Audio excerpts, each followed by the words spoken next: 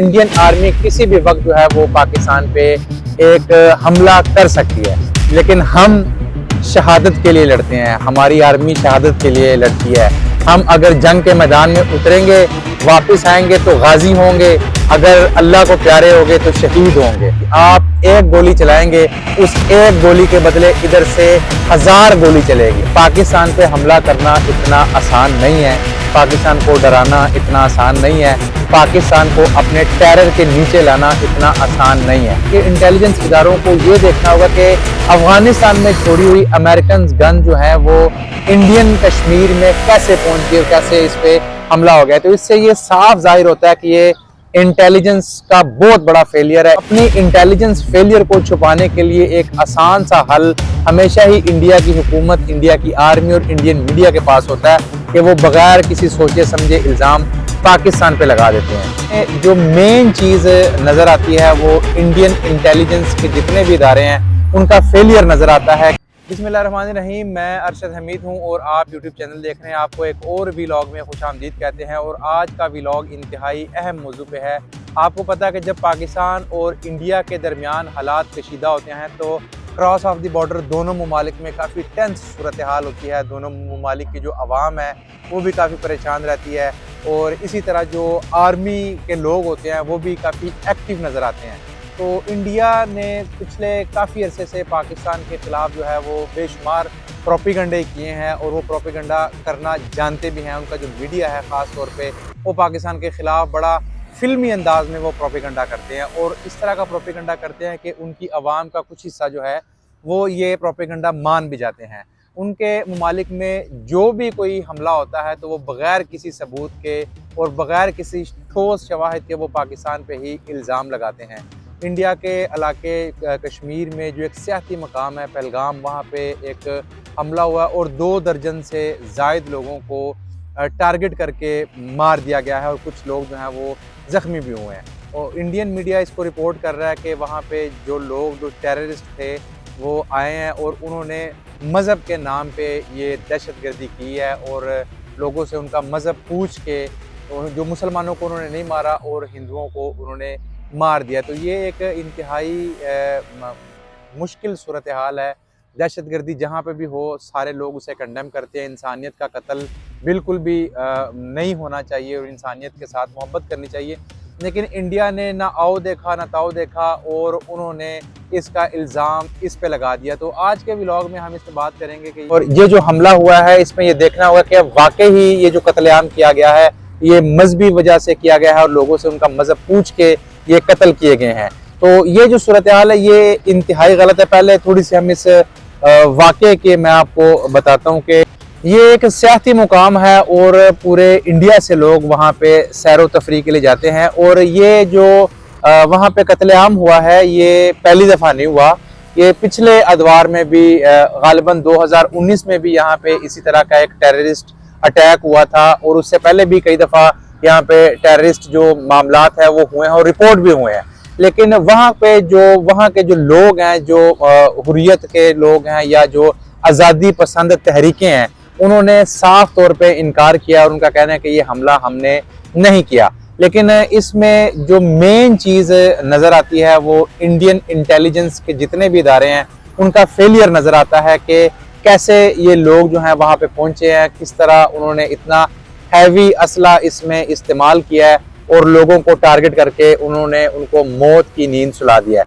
तो अपनी intelligence failure को छुपाने के लिए एक आसान सा हल हमेशा ही इंडिया की हुकूमत, इंडिया की आर्मी और इंडियन मीडिया के पास होता है कि वो बगैर किसी सोचे समझे इल्ज़ाम पाकिस्तान पे लगा देते हैं। और ये जो अटैक हुआ है पहलगाम में, इसमें जो असलहे का इस्तेमाल हुआ है तहकीकाती इदारों ने थोड़ी सी जो इब्तदाई इन्वेस्टिगेशन हुई है उसमें ये अमरीकी साख्त जो राइफल्स थी उसका इस्तेमाल इस हमले में हुआ है। सबसे पहले ये सोचना चाहिए कि ये जो गन इस्तेमाल इसमें हुई इस हमले में, वो जो गन्स थी वो अमेरिका जब अफगानिस्तान छोड़ रहा था तो उन्होंने वो अफगानिस्तान में छोड़ी थी। तो पहले उनके इंटेलिजेंस इदारों को ये देखना होगा कि अफगानिस्तान में छोड़ी हुई अमेरिकन गन जो है वो इंडियन कश्मीर में कैसे पहुंच गई और कैसे इस पे हमला हो गया। तो इससे ये साफ जाहिर होता है कि ये इंटेलिजेंस का बहुत बड़ा फेलियर है। इंडिया के जो इंटेलिजेंस के इदारे हैं उन्होंने इस पे प्रॉपर काम नहीं किया और उसकी वजह से ही उनके ये मामलात इस हद तक पहुंच गए। लेकिन उन्होंने फिर भी इसकी कोई तहकीकात नहीं की और सारा का सारा मामला जो है वो पाकिस्तान पे लगा दिया। अब हम इस हमले के बाद के जो चीज़ें हैं वो हम आपसे डिस्कस करते हैं। तो इंडिया ने इस पे जो पाकिस्तान और हिंदुस्तान का सिंध-तास मुआहिदा था, एक नहरी मुआहिदा था जिसमें पाकिस्तान में जो 6 दरिया हैं उस पे 3 दरियाओं पे जो इंडिया का कब्जा होगा और 3 दरिया जो हैं वो पाकिस्तान के होंगे। तो इस पे एक मुआहिदा था कि जैसे ये आबी जंग हो रही थी कि जो 6 दरिया हैं उसमें से 3 दरिया उस मुआहिदे के तहत, सिंध-तास मुआहिदे के तहत हिंदुस्तान के कब्जे में होंगे और 3 दरिया जो हैं वो पाकिस्तान के कब्जे में होंगे।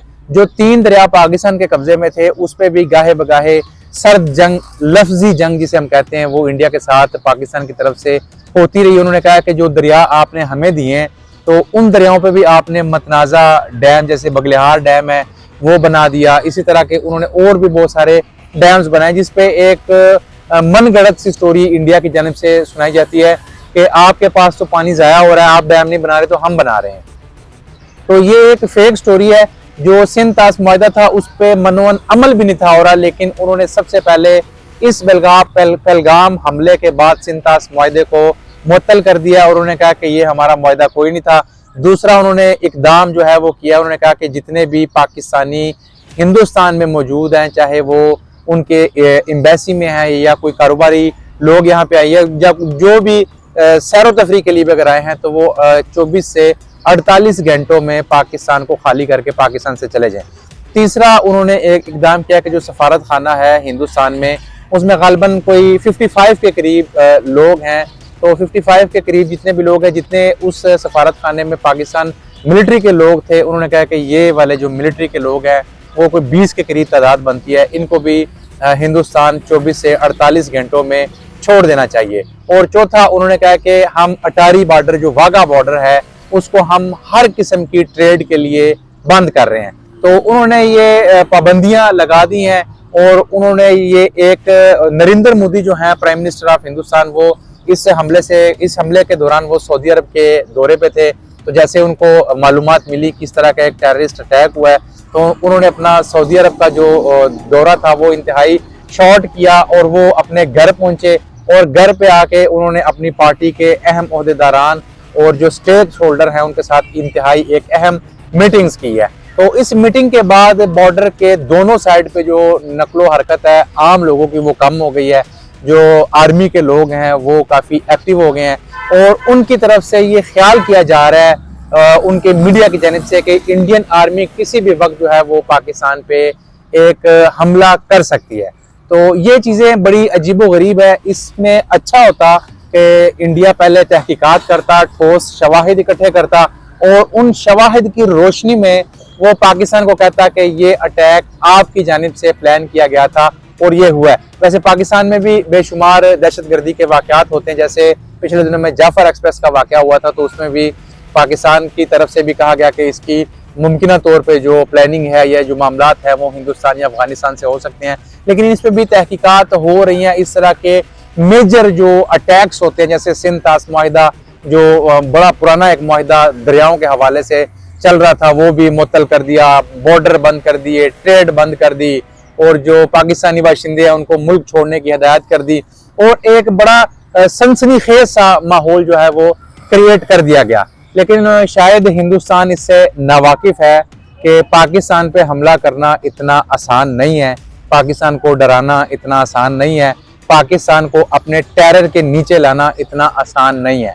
देखें यहाँ पे बड़ी क्लियर सी बात है कि सबसे पहले हम पाकिस्तानी हैं और मुसलमान हैं। बड़ा चीख के उनके मीडिया के लोग कह रहे हैं कि हम उनको ऐसे पकड़ लेंगे, उनकी आर्मी को ऐसे कर देंगे। तो ये सारी बातें करना आसान है, बातें करना आसान है और इन पे अमल करना बड़ा मुश्किल है।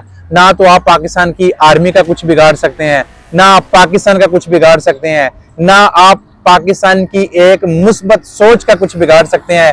अगर आपके शौक पहले पूरे नहीं हुए, 1965 में आपके शौक पूरे नहीं हुए, कारगिल में आपका शौक पूरा नहीं हुआ, अभिनंदन वाले अटैक में आपके शौक पूरे नहीं हुए, तो अपना शौक इस दफा फिर पूरा कर ले। हमारी पाक आर्मी भी हर लिहाज से तैयार है, पाकिस्तान की आवाम हर लिहाज से तैयार है। आप अगर कुछ करेंगे तो इधर से करने का सोचा नहीं जाएगा, इधर से रिटेलिएट किया जाएगा। तो ये बड़ी वाज़ेह हमारी कौम, हमारी आर्मी, हमारी लॉ इन्फोर्समेंट एजेंसीज बिल्कुल तैयार बैठी हैं, बिल्कुल तैयार बैठी हैं। उनको किसी इशारे की, किसी सिग्नल की उस वक्त तक जरूरत नहीं है जब तक आपकी तरफ से पहल ना की जाएगी। आप एक गोली चलाएंगे, उस एक गोली के बदले इधर से 1000 गोली चलेगी। और ये बात वाज़ेह तौर पे सुन लें, आपका जन्म यही होता है। आप जब इस दुनिया से जाते हैं तो आप नहीं समझते कि कोई और जहान है, कोई और लोग हैं, लेकिन हम शहादत के लिए लड़ते हैं। हमारी आर्मी शहादत के लिए लड़ती है। हम अगर जंग के मैदान में उतरेंगे, वापस आएंगे तो गाजी होंगे, अगर अल्लाह को प्यारे होंगे तो शहीद होंगे। तो वहाँ हमारे वहाँ भी मर्तबे हैं और यहाँ भी मर्तबे हैं।